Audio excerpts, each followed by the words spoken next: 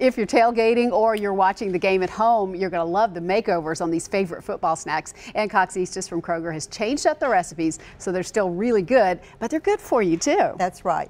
They look good and they taste good, even though I tried to take some of the fat out. So I've got, they now have these frozen chopped spinach in 12-ounce packages. You know, it used to be 10 ounces in a square box. Well, now it's in a loose package and it's 12 ounces. So either one, 10 to 12 ounces. And all I did was thaw it and get several thicknesses of paper towels and squish out all the liquid. Okay. I mean, you really have to do a good job. Or you could use a linen tea towel. Yes, yes. And of course, this is spinach artichoke dip, but a little healthier version. Yes. And I've got a cup of the reduced fat mayonnaise. There's all different brands out on the market today.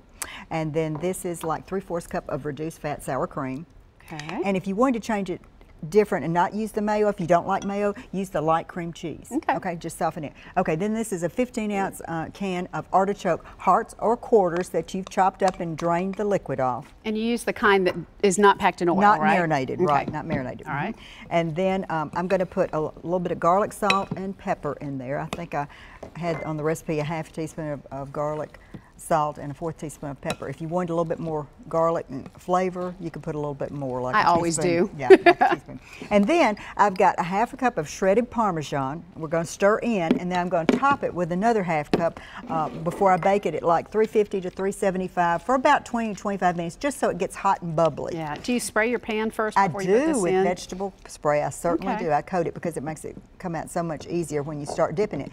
And you could go ahead and make it up to this point and go ahead and top it with the cheese and put it in the refrigerator until you are ready to bake it hot for tailgating. Nice.